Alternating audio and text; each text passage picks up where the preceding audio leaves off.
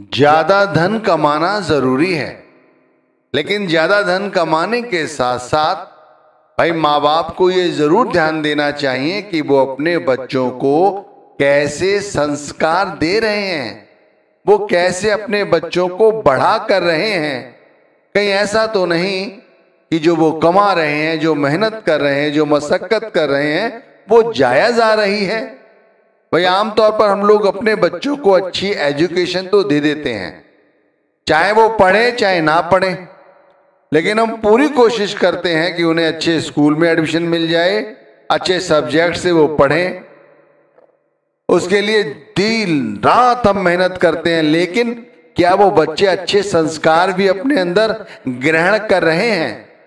देखो हमारे बच्चे हमारी तरह ही हैं। जैसे हम नकल करते हैं, कॉपी करते हैं, ठीक हमें देखकर हमारे बच्चे भी हमारी कॉपी करते हैं। जैसा हम करते हैं वैसा ही वो करते हैं।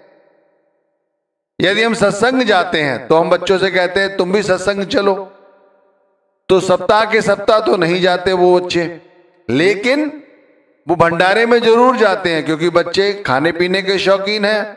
भंडारे जब होते हैं तो वहां खाना पीना अच्छा मिलता है, बच्चे जाते हैं। लेकिन सप्ताह के सप्ताह जो सत्संग होता है उसमें खाने पीने को नहीं मिलता, बच्चे वहां से एकत्रते हैं, नहीं जाते हैं। हम सोचते हैं बच्चों को सत्संग ले जाते हैं भंडारे में तो बच्चे सत्संगी हो जाएंगे, लेकिन भाई ऐसे बच्चे सत्संगी थोड़ी हो जाएंगे। मैंने कहा ना, बच्चे हमारी कॉपी करते हैं, और जैसे हम भूल जाते हैं बहुत जल्दी, वैसे बच्चे भी बहुत जल्दी भूल जाते हैं। अगर हम अपने बच्चों की नींव गहरी और मजबूत रखेंगे तो भाई जैसे अच्छी इमारत बनती है, ऐसे ही हमारे बच्चों का जो भविष्य है वो अच्छा होगा, और हमारे साथ उनका व्यवहार भी अच्छा होगा। लेकिन यदि खाली पैसे को ही महत्व देते चले गए, पैसा कमाते चले गए, और बच्चों पर ध्यान नहीं दिया कि उन्हें कैसे संस्कार दे रहे हैं, क्या मिल रहा है उनको, कैसे वो पूरा दिन व्यतीत करते हैं, तो फिर कैसे करोगे भाई? इतनी मेहनत भी की और जाया भी चली गई। भाई इसे और अच्छी तरह से समझो। जैसे कहते हैं संत मत में हमें 84 लाख योनियों के बाद ये जन्म मिला है, और यदि हम इस जन्म का नहीं फायदा उठाएंगे, इस मनुष्य जन्म का फायदा नहीं उठाएंगे, तो फिर क्या होगा? हमें पछताना पड़ेगा। भाई बार बार तो जन्म मिलता नहीं है ना, इसीलिए हमें बार बार, ये जो बच्चे हैं हमारे, बार बार हम इन्हें समझा नहीं सकते। जब ये बड़े हो जाते हैं, 21 साल की अवस्था से ऊपर चले जाते हैं, फिर हमने क्या समझाएंगे? इनकी नींव तो वैसी हो चुकी जैसी हमने रखी, जैसे हमने व्यवहार किया। देखो कबीर साहिब ने कहा भी है, कबीर मानस जन्म दुलंभ है, होई न 12 बार, जीव बन फल पाके हुई, गिरही बहुर ना लागे डार। एक बार फल पक कर डाल से टूटकर जमीन पर गिर जाता है तो फिर वो डाल पर नहीं लगता, कबीर साहिब कहते हैं। इसी तरह ये जन्म जो हमें मिला है 84 लाख योनियों के बाद, ये बड़ा दुर्लभ है, ये हमें बार बार थोड़ी मिलेगा। इसी तरह हमारे जो बच्चे हैं, इन्हें हम बार बार सोचे कि सच्चे संस्कार देंगे तो नहीं, एक उम्र है भाई। इस उम्र के अंदर मैंने कहा ना कि बच्चे शौकीन हैं। आजकल तो ये इलेक्ट्रॉनिक युग है, बच्चों के हाथ में मोबाइल है, जो बोल दो एक बार वही सामने सब कुछ आ जाता है, जैसे बच्चे चाहते हैं वैसे ही हो जाता है। तो भाई जैसे हम सत्संग में जाके सब कुछ भूल जाते हैं, ऐसे ही बच्चे बहुत जल्दी भूल जाते हैं। तो इन्हें किस तरह से अच्छे संस्कार दें ये सोचो, कैसे उन्हें सत्संगी बनाएं, कैसे सत्संग से जोड़ें, कैसे वो ध्यान करें, कैसे मौज मस्ती के साथ साथ वो हमारे और अपने परिवार को समझे। तो भाई सबसे पहले अपने आप को, उन्हें अच्छे संस्कार देने से पहले खुद अपने अंदर संस्कारों को, अच्छे संस्कारों को डालने की जरूरत है। माता पिता दोनों को अच्छे संस्कार ग्रहण करने की जरूरत है। यदि नहीं किए हैं तो भाई करने लग जाओ। भाई बच्चों को ज्यादा रोकोगे, ज्यादा टोकोगे, ये मत करो, ये मत करो, जो ज्यादा रोकोगे, ज्यादा टोकोगे, बच्चे वही काम करेंगे। यदि समझाओगे तो समझ जाएंगे कि भाई इसमें ये कमी है, लेकिन उससे पहले आप उस कमी को खुद भी तो दूर करो। अगर बार बार टोकोगे, बार बार समझाओगे तो फिर वो नहीं समझेंगे, समझ जाएंगे बच्चे कि ये तो ऐसे ही कहते रहते हैं जैसे कि होता है। बच्चों के साथ चिल्लाकर बोलोगे, झल्ला के बोलोगे, बच्चे भी आपके साथ झल्लाकर चिल्लाकर बोलेंगे। अरे बच्चों के साथ बच्चे की तरह और उन्हें बताओ कि आप सत्संगी हो। तो सत्संगी कहने का मतलब ये नहीं कि गुरु घर में 4 घर हैं या 4 कमरे हैं तो भाई चारों कमरों में एक एक फोटो लगी हुई है गुरु की, ऐसे नहीं। आपके व्यवहार से नजर आना चाहिए कि आप वाकई में सत्संगी। बच्चे फिर वैसे ही करने लग जाते हैं। आप सुबह उठते हैं, गुरु का ध्यान करते हैं, बच्चे देखते हैं कि मेरे माता पिता ध्यान कर रहे हैं, घर के बुजुर्ग हैं, आप अपने बुजुर्गों की इज्जत कर रहे हैं, बुजुर्गों के साथ बैठ रहे हैं, उनकी दवा, उनकी दारू, जो भी सामान है उनका ख्याल कर रहे हैं। ठीक बच्चे भी आपके बाद आपके माता पिता घर के बुजुर्गों का ख्याल रखते हैं। वो देखते हैं कि आप सात्विक भोजन कर रहे हैं, ठीक बच्चे भी वही भोजन करना पसंद करते हैं। लेकिन बाहर जो चल रहा है उसे भी खाने से ना रोको, वो खाएं सप्ताह में 1 बार 2 बार, कोई दिक्कत नहीं है, लेकिन समझाओ कि ज्यादा नहीं करना चाहिए। भाई भंडारे होते हैं, आप उन्हें ले जाओ क्योंकि भंडारे में अच्छा भोजन मिलता है, संगत आती है, देखते हैं बच्चे तो वही चीज बच्चे भी ग्रहण करते हैं। अगर एक बार इस सब चीजों से चूक गए तो फिर क्या होगा, फिर पछताओ। फिर पछताने से कुछ नहीं होता। बच्चे की नींव यदि मैंने कहा ना बड़ा हो गया, फिर क्या समझाओगे, खुद तो समझ नहीं पाए, बच्चे कहते हैं बड़े होके और हमें समझा रहे हैं। तीसरी पातशाही ने कहा भी है, पौड़ी छुड़की फिर हाथ ना आवे, अहला जन्म गवाया। ये तो उन्होंने 84 लाख योनियों के बारे में बताई कि जो 84 लाख स्टेप है, इन स्टेप से हमारा पैर फिसला तो फिर बर्बाद हो गए हम। तो ये अहला जन्म गवाया, इसी बात को ये समझो कि हमने अपने बच्चों को अच्छे संस्कार नहीं दिए तो भाई अंत समय जब हम बुजुर्ग हो जाते हैं, हमारी कमर झुक जाती तो हमारे बच्चे हमारा ख्याल नहीं रखते। बच्चों के सामने मीठा बोलो, धीरे से बोलो, मर्यादा में रहो, मर्यादा में बोलो। ये नहीं कि मर्यादा छोड़कर आप जो चाहे बोलने लग जाओ। आजकल माँ बाप बहुत जल्दी गाली गलौज करने लगते हैं, ये नहीं होना चाहिए। बच्चों के सामने अपने बुजुर्गों को सम्मान दो तो बच्चे आपके बुजुर्गों को और आपको भी सम्मान देंगे।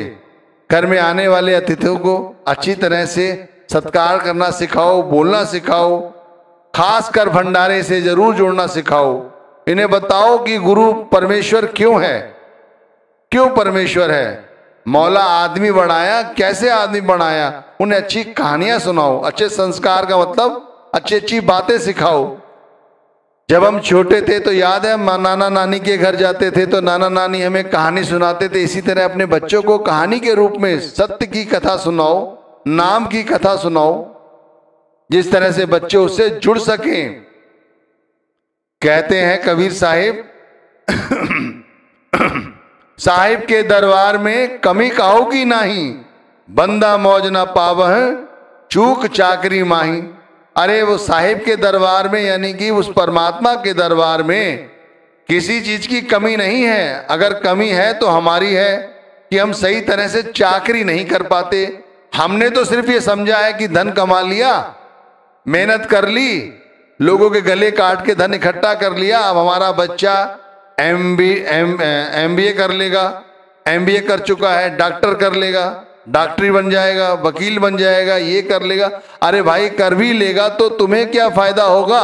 सिर्फ उस बच्चे के साथ आपका फादर नेम जुड़ा हुआ है, मदर नेम जुड़ा हुआ है, बस इतना ही।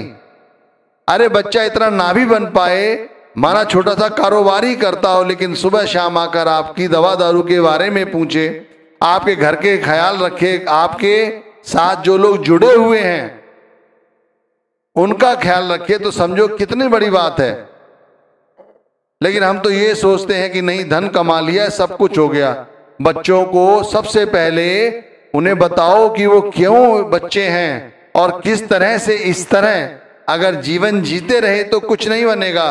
फास्ट फूड में, मौज मस्ती में इस तरह से सारा दिन जाया कर दिया तो कुछ नहीं। यदि इसी समय को पढ़ाई में, अच्छे संस्कारों में लगाओगे तो काफी बन जाएगा। बच्चों को पशुओं से, पक्षियों से भी प्रेम करना सिखाओ। वनस्पतियों से भी प्रेम करना सिखाओ। देखा है बच्चे जैसे ही पशु पक्षी आते हैं तो एकदम से उन्हें देखने लग जाते हैं, खुशियां मनाते हैं, लेकिन अगले ही पल क्या है कि हम लोग अपने स्वाद के चक्कर में इन्हीं पशु पक्षियों को, जानवरों को खाने की कोशिश करते हैं और खाते भी हैं। बच्चों को नहीं, इस तरह के मांसाहार से बचाओ, सात्विक भोजन की शिक्षा दो। भाई ये चीज हमारे लिए बहुत जरूरी है।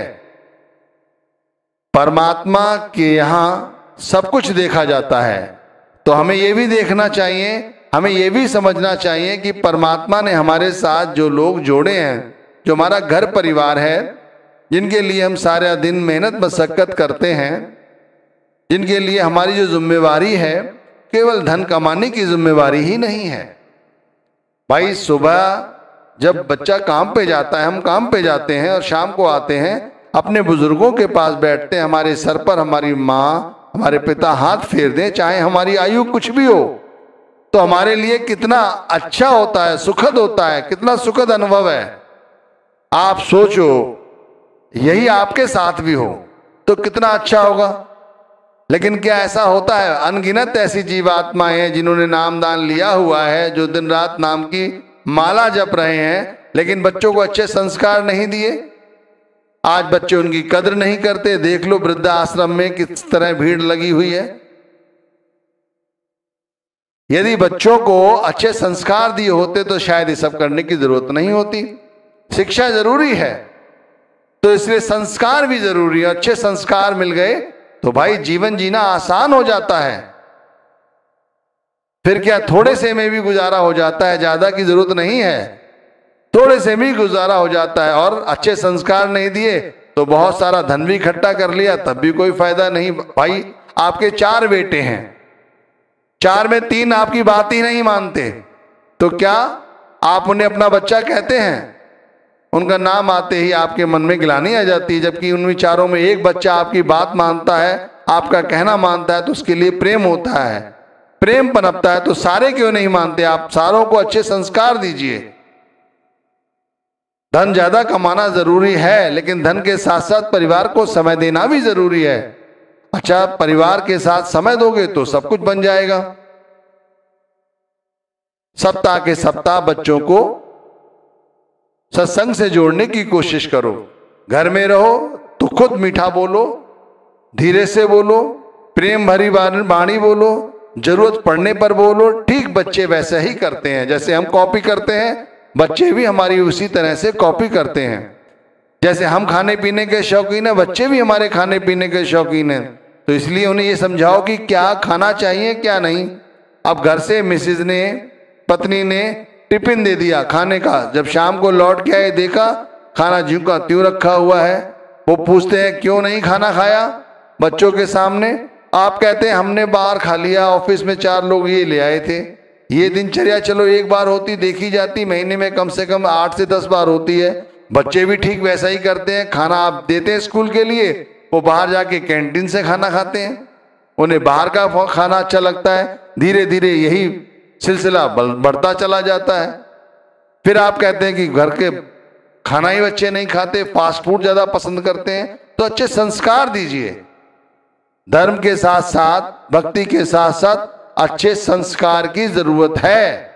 इस पौड़ी ते जो नर चूके सो आए जाए दुख पाएदा।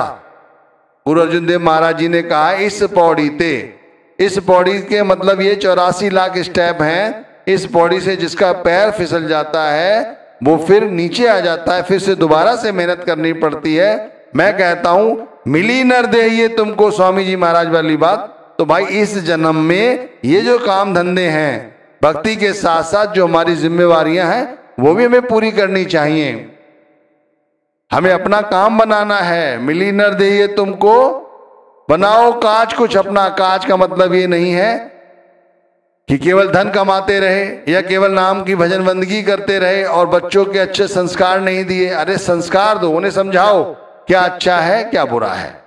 अगर एक बार अच्छी तरह से बच्चे आपकी बात समझ गए कि आप क्या समझा रहे हैं और बच्चों को ये समझ में आ गया कि उनके लिए क्या अच्छा है, तो भाई जीवन जीना सार्थक हो जाएगा। थोड़े से में भी बहुत कुछ पा लोगे, बहुत कुछ बना लोगे।